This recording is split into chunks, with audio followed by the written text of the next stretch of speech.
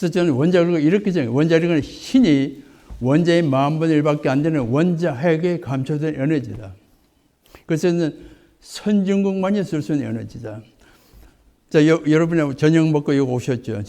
왜 저녁을 뭐 드신 겁니까? 원자력을 드신 거거든요. 햇빛이 원자력이고 그 원자력을 식물에 저장해서 우리가 먹으면 우리 체온으로 바뀌는 거죠. 그러니까 여러분이 매일 먹는 음식은 조금은 거슬러 올라가면 원자력을 드시는 거거든요. 그러니까 원자력을 우리가 직접 먹을 수 없으니까 식물을 통해서, 동물을 통해서 우리가 섭취하는 거거든요. 그 말은 다시 말하면 우주 공간에 원자력이 없었으면 어떤 생명체도 존재할 수 없다는 얘기가 되는 거죠. 그만큼 원자력은 우리에게 중요한 에너지라는 거죠. 이제 핵무기는, 저는 언제나 이런 얘기를 해요. 자, 원자력 발전소 건설이 쉬우냐, 핵무기를 만드는 게 쉬우냐. 여러분, 어떤 게 쉽다고 생각하세요? 원자력 발전소 건설이 핵무기를 만드는 것보다 수백 배 힘들어요. 왜냐하면 원자력 발전소는 100만 개, 200만 개 부품이 어울려져서 하나의 발전소를 만들어요. 그리고 그 원자력 발전소는 그 어마어마한 에너지를 안전하게 필요한 것만큼만 꺼냈어야 돼요. 그러니까 컨트롤이 굉장히 어려운 거죠. 근데 핵무기는 부품도 몇 개 안 돼요. 그리고 한꺼번에 터뜨리는 게 얼마나 쉬워요. 핵무기 만드는 기술 어려운 기술이 아니에요. 그래서 저희들 보고 만들려 했으면 벌써 만들었어요. 근데 이제 국제 약속을 지켰기 때문에 안 만든 것 뿐이죠.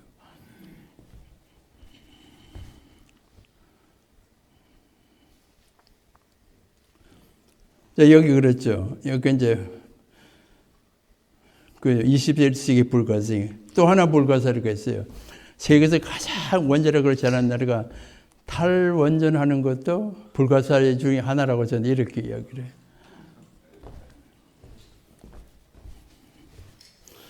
저는 이제 사실은 거의 30년 넘다가 매일 핵물질을 만지고 살았었어요.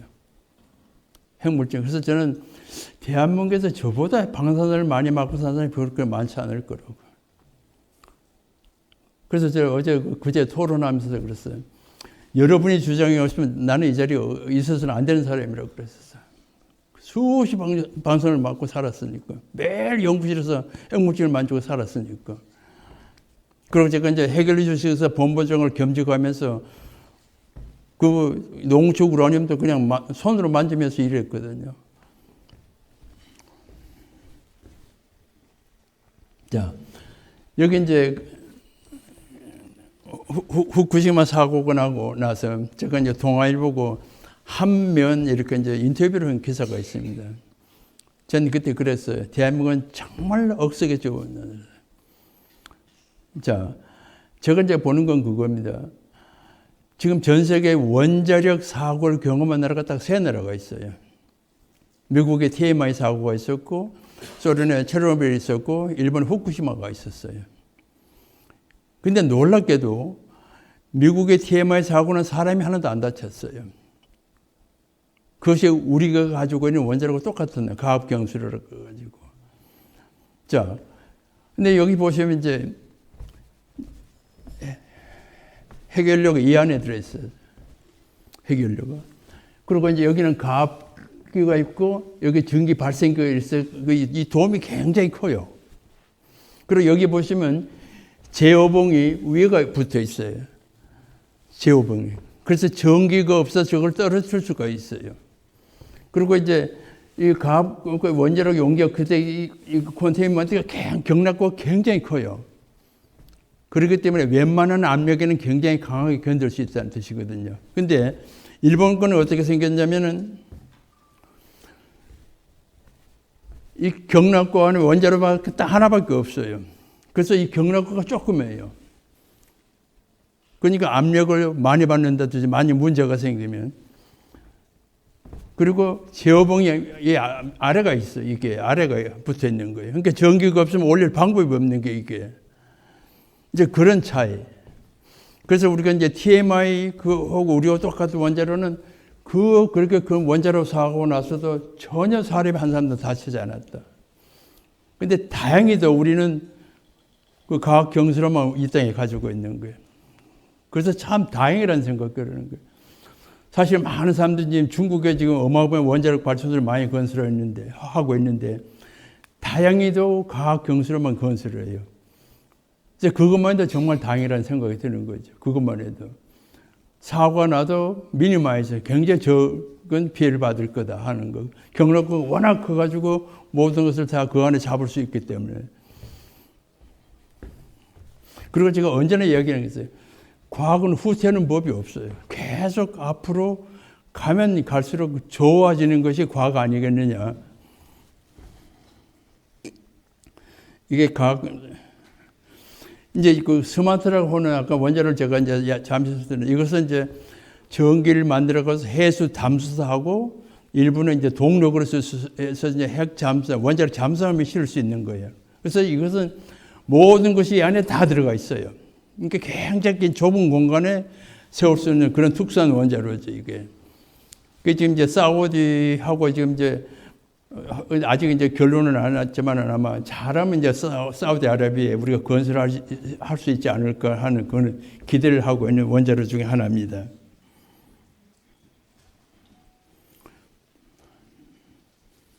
아이고 이제.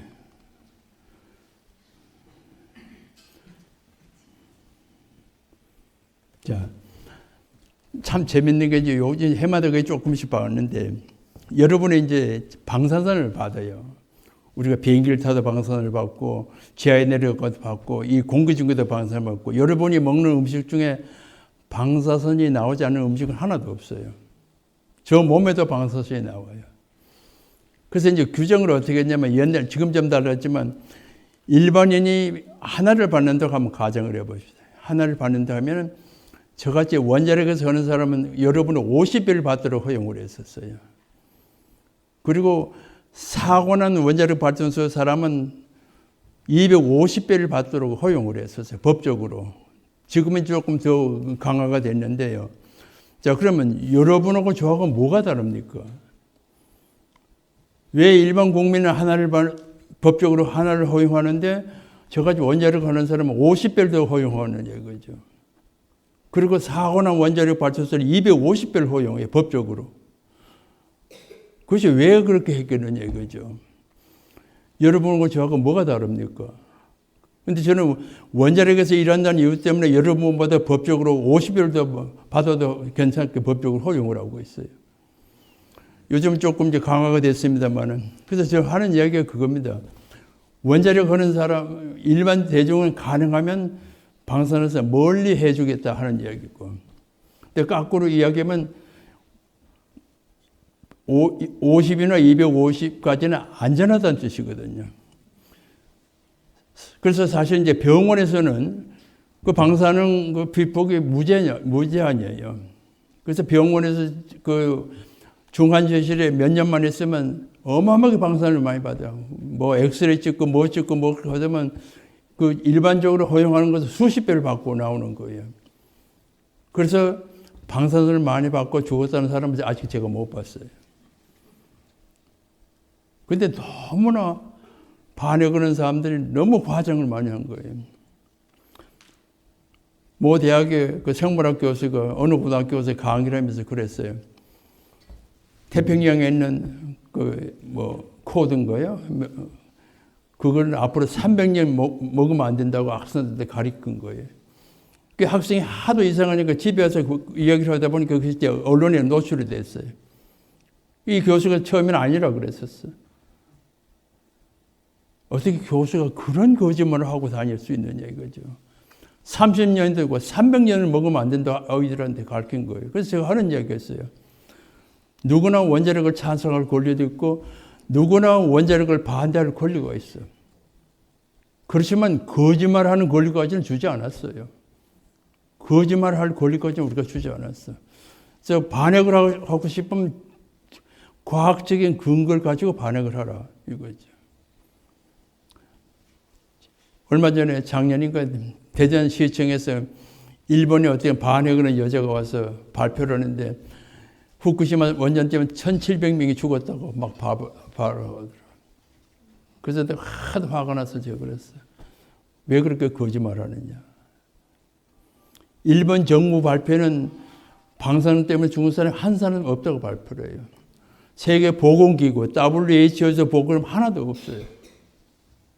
근데 그렇게 거짓말하고 있는데. 근데 거기 이제 막 대전 시민이 한 700명이 와서 막 박수를 치는 거예요. 그래서 제가 그랬어요. 대전은 세계에서 가장 앞서 있는 원자력 R&D 센터가 허브다, 거기가. 그런데 원작도 모르는 일본의 반응의 여성을 데려다 이렇게 춤을 추고 있는 줄 내가 막 소리소리 질렀어요. 그래서 여러분은 자존심도 없는 사람이냐고 말이지. 제가 어느 날 고리 원자력 발전소에 그 고리 연수원이 있습니다. 거기에 부산대학교 법대 교수 한 분이 공청을 하는데 나오셔가지고 뭐라 그러냐면 자기는 해운대에 사는데 저 고리 원자력 발전소가 고장날까 사고 날까 잠을 못 잔대요. 제가 막 피가 여기까지 올라왔어요.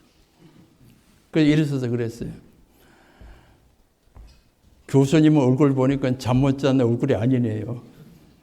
살이 포동포동 쪘더라고요. 제가 그랬어요. 제가 그걸 뭐라고 그러는 줄 아세요? 그 고리 원자력 발전소 2,000명이 일을 해요. 당신 말대로면 거기가 지옥 같은 곳이다 이거죠. 지옥 같은 곳에서 여러분을 위해서 전기를 만든 사람이 여러분 형제야. 그런데 여기 와서 대학 교수가 저 고리 원자력 발전소가 사고 날까 잠을 못 잔다는 소리고 어떻게 대학 교수 양심을 그런 소리를 할 수 있냐고 제가 따졌어요. 자, 한번 보십시오. 여러분을 위해서 그 말들 하면 지옥 같은 곳에서 생명을 걸어놓고 이러는 사람들 보고 어깨를 두들겨 격려를 해주는 것이 어른의 도리 아니냐 이거죠. 근데 거기 와서 또 한다는 소리가 전 고리 원자력 발전소 잠을 못 잔대. 자, 사고 나면 맨 먼저 누가 죽어요? 그 안에 있는 사람들 죽을 거 아니에요. 근데 조금이라도 양식 있는 사람이라면 그런 소리를 할 수, 그게 사실이라도 그런 얘기를 할 수 없는 거 아니에요, 이거죠. 제가 원자력연구소 소장을 하고 있는데 여성단체가 왔어요. 우선 여성단체가 한 여성이 따라왔든지 원자력연구소 안 들어간대. 뭐 폐기물도 맞고 연구원 원자력도 안 들어간대. 그래서 제가 그분을 제 사무실에 모셨어요. 근데 중년 여인이 오셨길래 제가 그랬어요. 이 안에 2,000명 이상이 일을 하고 있는데 저희들이 생명이 하나밖에 없습니다. 제가 그랬어요. 원자력 하는 사람들 생명 몇 개 가지고 있습니까? 저희들도 생명 하나밖에 없어요. 그랬더니 이 아줌마가, 이 부인이 쇼크를 받았어요. 그 소리에. 그래서 가서 들어가서 보겠대요. 그래서 우리 안에 이제 연구용 원자로가 있습니다. 그게 다 보고 와서 내가 이제 다시 모셨어요. 근데 이분이 탁 오셨는데 대단히 죄송합니다. 그래서 정말 센스가 있는 분이에요. 이분이 뭐라고 그러냐면은 연구용 원자로를 들어갔는데 거기서 일하는 사람들의 표정이 너무 박살을 해요. 그래서 여기가 안전한 곳이라는 걸 느꼈다는 거지. 그곳이 그렇게 위험하고 그러면 표정이 밝을 수 있겠냐. 그래서 참 이분의 센스가 참 대단하다고 그랬었어요. 그래서 그 후에 얼마 후에 울진 원자력 발전소에 제 강의를 가서 제가 그 이야기를 했습니다. 외부에서 손님이 오시면 여러분이 빵긋빵긋 웃으십시오. 그러면 여기 계신 분들이 다 안전하다 느낄 거 아니냐. 그런 제가 농담을 한 기억이 있는데, 자 보세요. 지하 1000m에서 일하는 광부들 표정이 얼마나 바뀌었어요. 근데 원자로서 일하는 사람들 보면 전혀 태평해요. 위험이라고는 조금도 안 느끼고 이러는 사람들이라고. 그 사람들이 바보가 돼서 그러겠어요? 그 어느 날 환경단체가 저희 집에서 방으로 쳐들어왔어요. 그래서 제가 그랬어요. 여기 원자력 연구소에 일하는 사람들이 여기 무서워서 못 이기겠다거든 나가거든 당신들이 그때 따라 나거든 늦지 않아. 나는 이 안에 있는 2,000명을 보호할 책임이 있는 사람이야. 그 똑같은 우리 생명 하나밖에 없어. 그랬더니 다음은 다시 안 나타났어요. 자, 여러분은 분명히 있는데 저희들도 생명 하나밖에 없는 사람들이에요. 거기가 그렇게 위험하면 우리가 거기서 일을 하겠어요? 또 하나는 우리가 그 일을 할 만한 가치가 있기 때문에 열심히 하는 거거든요. 제가 원자력 기술을 하면서 제가 아까 그랬죠. 기술식민지라는 표현을 썼어요. 우리가 이제 한국 표준 원자를 개발하고 해결 국산화 프로젝트를 수행을 하면서 이제 선진국에 이제 자료를 구걸을 해요. 하면은 쓰레기 같은 자료만 줘요. 진짜 자료는 거의 안 줘요. 안 줘요. 제가 그걸 이렇게 표현했습니다. 후진국 과학자의 비애가 여러분 뭔지 아느냐. 자료 달려면은 딱 두 가지 표현이에요. 너희들이 무슨 원자력 기술자라 그런 표정 하나. 그리고 있어도 안 주는 거. 그래서 저는 그렇게 생각해요. 거지가 부잣집에 밥을 얻으러 먹으러도 쪽박이가 생긴 게 아니냐. 딱 그런 심정이라고 여러분이 이해하시면 될 거예요. 그런 심정으로 돌아서 일을 열심히 한 거예요. 정말 수없이 밤을 새워가면서 일을 했었어요. 어느 날 서울에 가서 어떤 분들하고 이야기를 하는데 내가 술이 이만큼 다들 취했는데 어떤 사람이 저를 소개를 했어요. 그러니까 그분 술 드신 분이 한 분이 빼딱 해가지고 옆전이 무슨 원자력 기술자랍이야. 아, 그러고 나오잖아. 그래서 돌아와서 우리 직원들한테 내가 어제 이런 이야기를 듣고 왔는데 우리 하루빨리 열심히 해서 보여주자. 그래서 95년 한참 한국 표준형 원자로가 있니 없니 굉장히 시비를 많이 했었어요. 그때 제가 통일원 정책평가 자문을 하고 있었는데 회의에 갔는데 어느 대학 교수가 저를 보고 장 박사님, 네. 신문에 떠드는 한국 표준형 원자로가 있긴 있는 거요. 그러고 시비를 하잖아요. 그래서 제가 딱 그랬어요. 그때 서울 시내에 그랜저가 나온 지가 얼마 안 됐어요. 서울 시내에 다니는 그랜저가 국산 삽니까 미국 삽니까 제가 물었어요. 그러니까 그때서 그분이 이게 무슨 뜻인지 알았대요. 자, 근데 이제 그 실체가 드러나는 게 언제냐. 저는 원자력을 하면서 밤새도록 분노를 한 날이 하루 있었어요.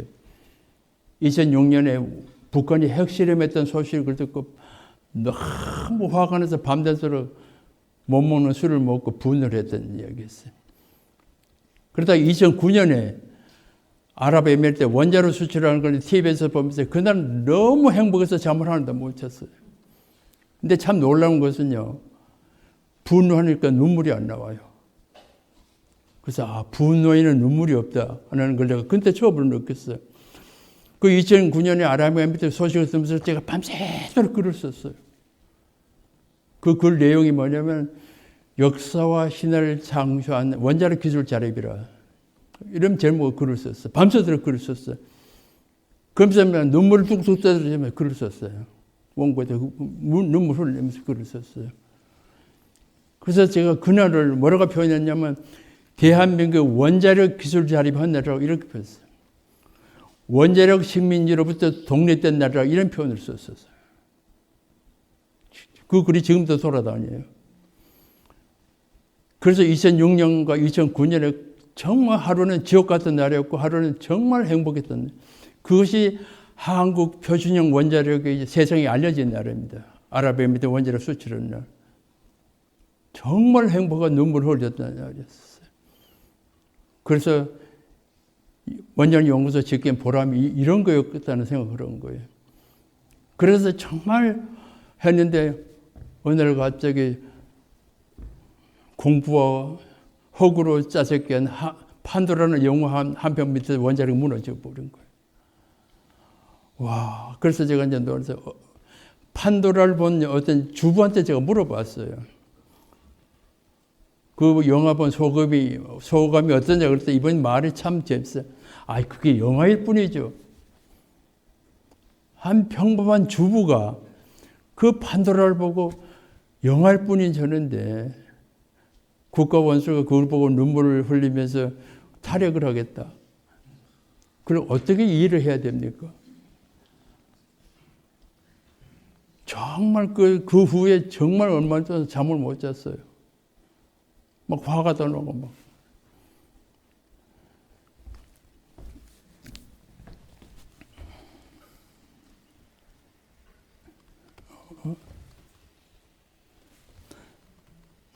약을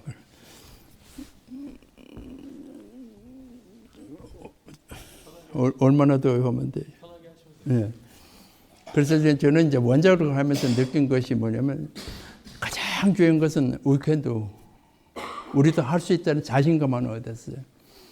처음에 우리가 그 기술 자립 시작할 때는 앞이 캄캄했어요. 어디서 시작을 해야지?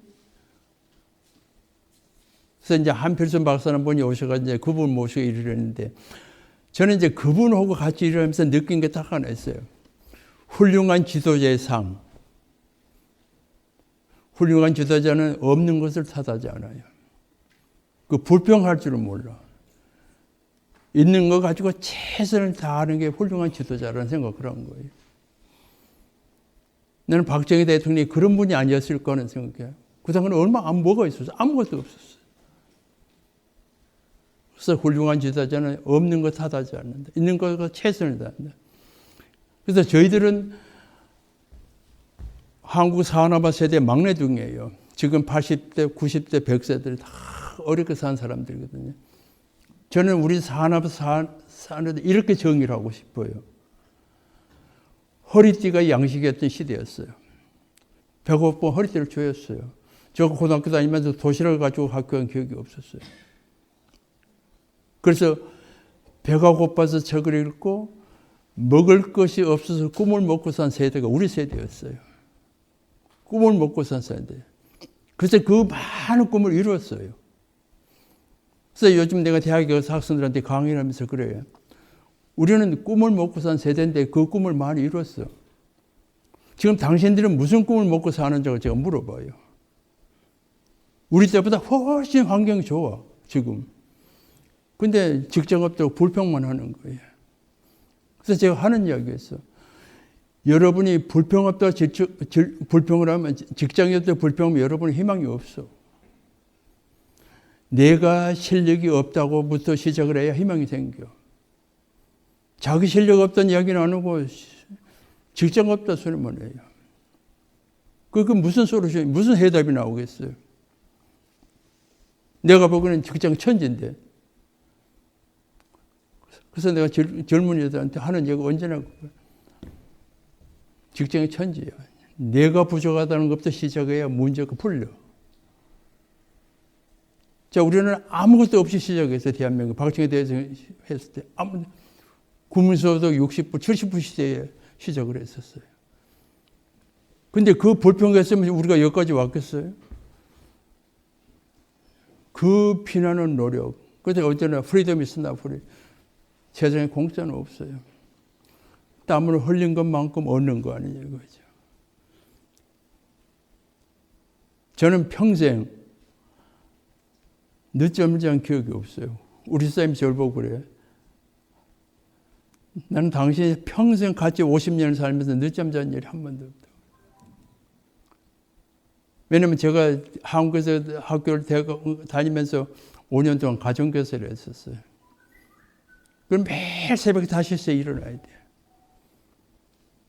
근데 보통 1시에 자고 이제 5시에 일어나는데 그 나를 깨우는 자명경수를 제가 1, 2장에 쓴 게 있어요. 저승사자가 나를 불러놓은 소리라 이렇게 적어요. 저승사자가 나를 불러놓은 소리가 바로 아침에 나 잠을 깨우는 소리로 그렇게 싫었어요. 아침에 일어나는 시간이. 내가 이렇게 이제 원장 연구소 소장을 두 텀 6년을 하고 2005년에 끝났습니다. 그 지금도 매일 새벽 5시 가서 6km 조깅을 하는데 단 하루도 안 빠져. 비가 오나 눈이 오나. 우리 집사람 막 혀를 들려. 제일 추운 날 영하 18도에 가서 운동을 하고 들어왔어. 우리 집사람이 나한테 하는 얘기였어. 큰일 난대. 그래서 내가 하는 얘기. 나하고 약속이니까 지키는 거예요. 그러니까 세상을 살면서 자기하고 약속을 지키다는 게 제일 쉬워요. 어려워요. 자, 그러면 행복한 사람이 어떤 사람이 행복한 거냐 이거죠. 1년 중에 자기 자신에게 솔직한 날이 하루 있어요. 자기 자신에게 겸손한 날이 하루 있어요. 그것이 연초나 생일이에요. 그 연초가 되면 1년을 돌아봐요. 1년 돌아보면 기억나는 날이 별로 없어요. 그래서 그러면 앞으로 1년을 어떻게 살 거냐? 자기 나름대로 계획을 짜요. 근데 그 계획을 연말까지 지키는 사람은 행복한 사람이에요. 근데 보통 한 달도 못 가서 그것이 다 흐지부지 돼. 그게 사람 차이예요. 그래서 저는 딱 한 가지 기도를 해요. 저는 딱 한 가지 기도를 해요. 제가 죽을 때까지 책을 읽을 수 있도록 시력을 보호해달라는 기도밖에 안 해요. 내 시력을 보호해달라는 기도밖에 안 해요. 그래서 언제나 책을 읽어서 시력을 보호해달라는 기도. 한 번도 건강을 달라는 기도를 해본 일이 없어요. 남의 건강을 위해서 기도를 했어. 내 자신을 위한 기도를 한 번도 해본 일이 없어요. 왜냐면 건강은 내가 지키는 거다. 여러분, 며칠 전에 시골에 친구를 찾아가서 전화를 하니까 친구 첫 대답이 뭔지 아세요? 아주 그때 걸어 다니네. 그러고 그 소리가 너무 쇼크를 받은 거. 아직도 걸어 다니네. 그래서 제가 그랬어요. 아파서 못 걷는 게 아니라고 걷지 않아서 아픈 거야. 열심히 운동해. 여러분이 걷지 않아서 아픈 거지. 열심히 걸었으면 지금 안 아픈 거예요. 모든 게 제가 연구소 소장 간다고 13년이 됐어요.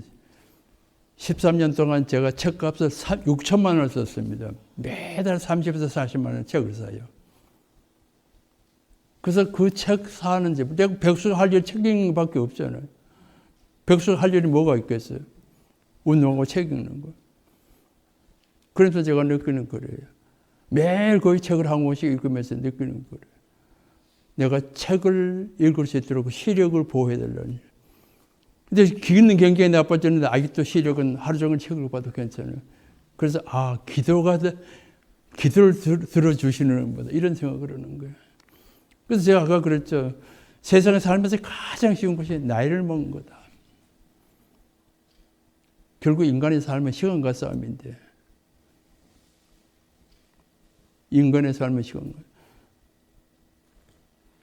그래서 시간을 어떻게 쓸 거냐. 제가 원자력을 하면서 느낀 것은 우리 국민이 정말 우수한 민족이라는 걸 제가 느끼는 거예요. 그동안 우리가 기회가 없었을 뿐이지 제대로 교육을 하면 얼마든지 할 수 있는 우리 국민성.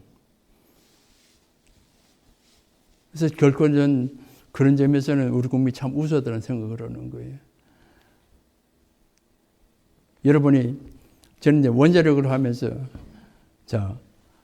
우라늄 1톤 대신에 석산 300만 톤을 써야 되는 것이 원자력인데, 그리고 과학은 절대로 후퇴하는 법이 없어요. 앞으로 갔으면 같이 후퇴하지 않아요.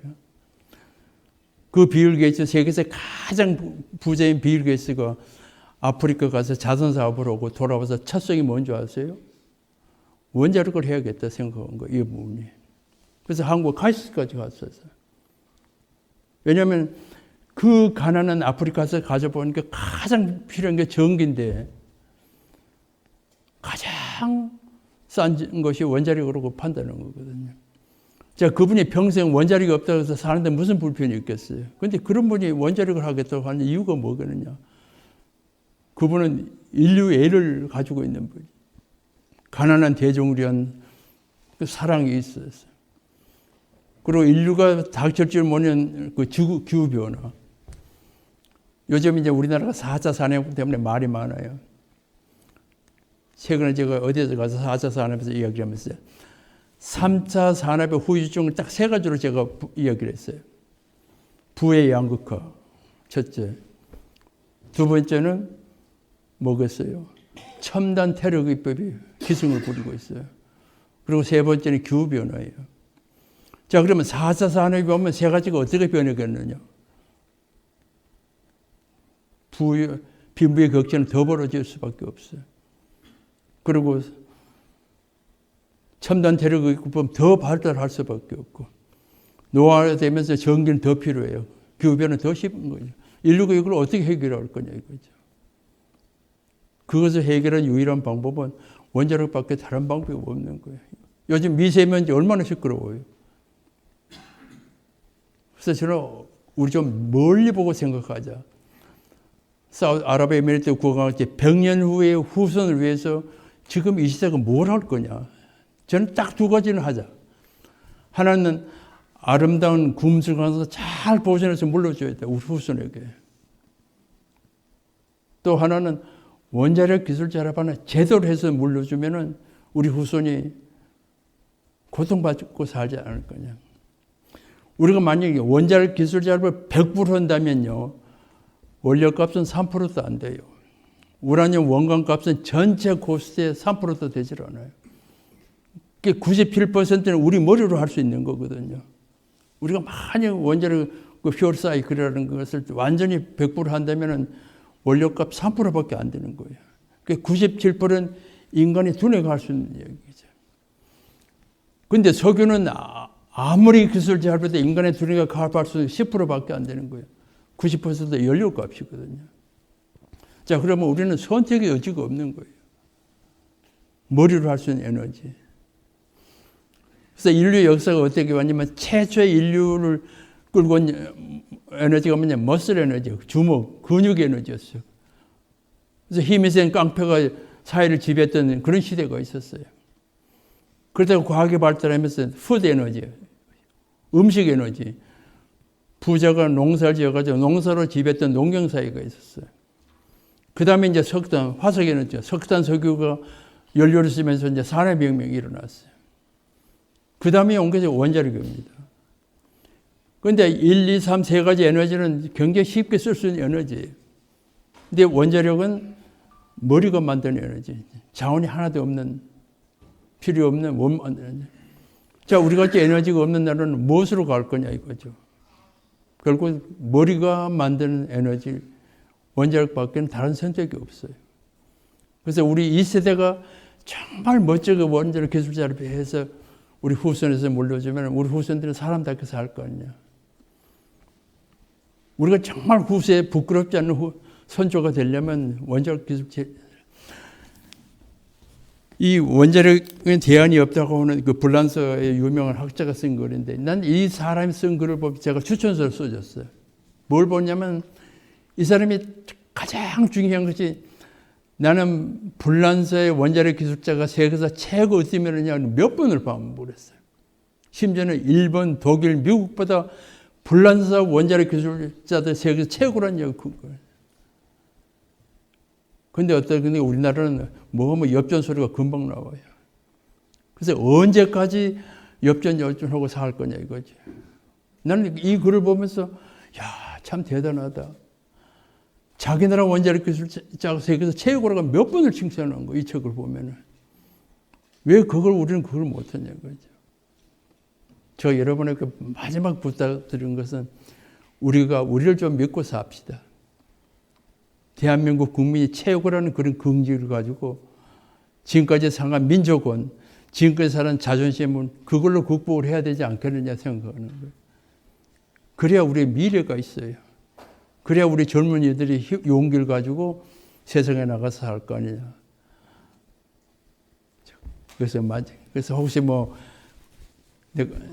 질문이 있으면 제가 질문을 받겠습니다. 예. 예, 지금까지 정말 이렇게 혼을 담은 강연을 진행해 주신 것 같은데요. 장인수 박사님께 다시 한번 큰 박수 부탁드리겠습니다.